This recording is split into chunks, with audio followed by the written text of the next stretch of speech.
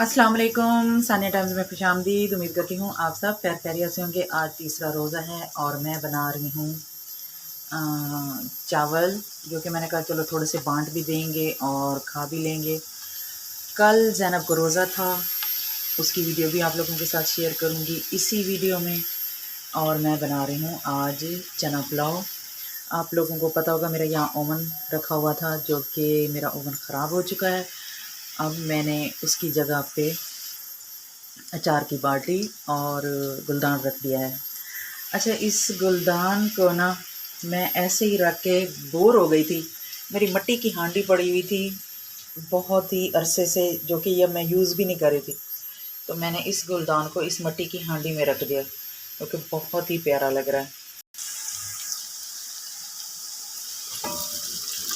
प्याज करने हैं हल्के से ब्राउन, ज़्यादा ब्राउन नहीं करने, बस इनको गोल्डन सा कलर देना है, क्योंकि चना पुलाव है और चना पुलाव थोड़ा लाइट लाइट कलर का हो तो बहुत अच्छा लगता है, दिखते वक्त भी और खाते वक्त भी। कहते हैं कि खाना खाने से पहले जो है ना, वो आँखें खाती हैं, आँखें देखती हैं खाने को कि खाना कैसा है। अगर खाना आँखों को अच्छा लग रहा है तो डेफ़िनेटली खाना बहुत लजीज होगा, और अगर आँखों को खाना अच्छा ना लगे तो खाना अच्छा नहीं बना हुआ होता। बहरहाल बड़ों की बातें हैं। बचपन में मैं अक्सर सुना करती थी, जब मैंने कुकिंग स्टार्ट की थी तो मुझे इस तरह की बातें सुनने को मिलती थी कि खाना जो है ना, वो सबसे पहले नज़रें खाती हैं, और ये बात काफ़ी हद तक ठीक भी है। अच्छा, मैंने आज चूल्हे की सफाई की है तकरीबन 4 से 5 दिन बाद, जो कि इतना ज़्यादा जला हुआ नहीं था, बट जला हुआ था जो कि अच्छा नहीं लग रहा था। मैंने ये चूल्हा ज़्यादा इस्तेमाल होता है तो मैंने साफ़ करके इसके ऊपर फॉइल पेपर लगा दिया है, और जब तकरीबन 4-5 दिन, हफ़्ता तो मेरा आसानी से गुजर जाएगा। ये 2 चूल्हे इतने गंदे नहीं होते, बस जस्ट इनके ऊपर आटा वगैरह या घी के निशान होते हैं, वो मैं डेली कपड़ा फेर के साफ़ कर दूँ तो क्लीन हो जाते हैं। लेकिन ये ज़्यादा यूज़ होता है, ज़्यादा जला हुआ भी यही होता है, तो इस पर मैं फ़ॉइल पेपर लगा दूँ तो इससे काफ़ी बचत हो जाती है। प्याज बिल्कुल हल्के हल्के से गोल्डन हो गए हैं। अब मैं इसमें लहसुन, अदरक और लाल मिर्च का पेस्ट डाल दूँगी। लाल मिर्च ये वो है जो हरी मिर्चों में आ जाती हैं और रेड हो जाती हैं, वो थी तो वो भी मैंने साथ पीस दी। अब मैं डाल दूँगी इसमें टमाटर और हरी मिर्चें। इनको थोड़ी देर भून लेते हैं, थोड़े से सॉफ्ट हो जाएं टमाटर।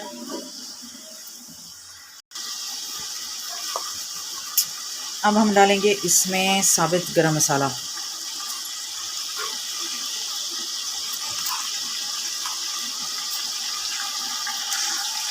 नमक डाल रही हूँ, चावल मेरे ज़्यादा हैं इसलिए ज़्यादा नमक डाल रही हूँ।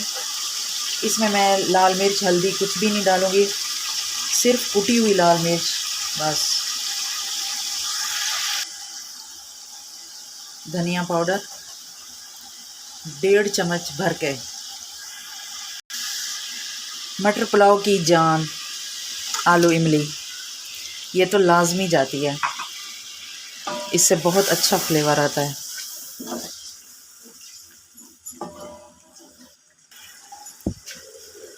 अब मैं डाल दूँगी इसमें चने और इनको थोड़ा सा भून लेंगे।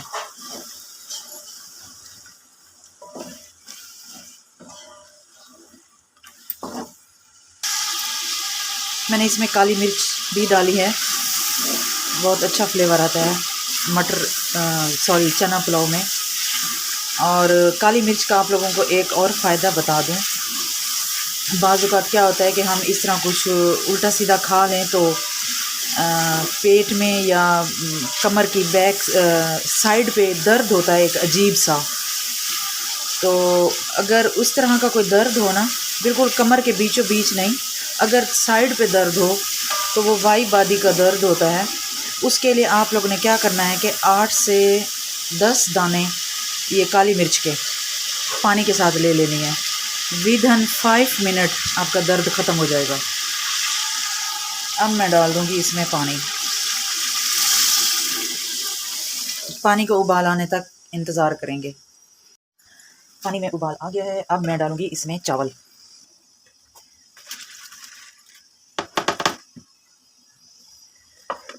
बिस्मिल्लाह। इसमें मैं नमक भी चेक कर लूँगी।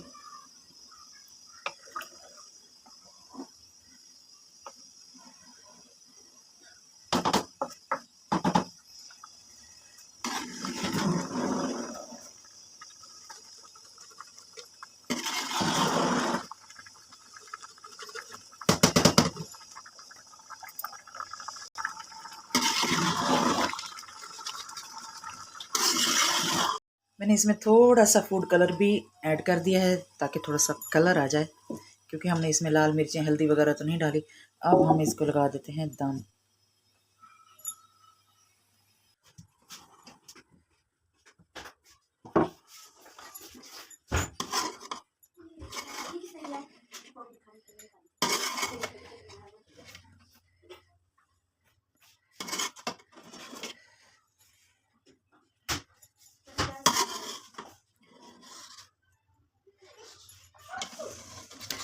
नमक ज़ैनब ने टेस्ट किया था, अब देखते हैं कि कैसा होगा। अफ्तारी के टाइम पता चलेगा कि इसमें नमक कैसा है।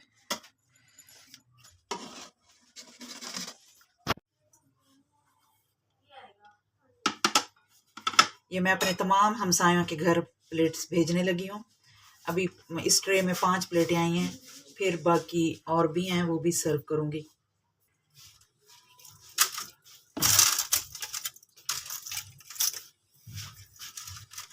इधर उठाओ ट्रे, ले जाओ।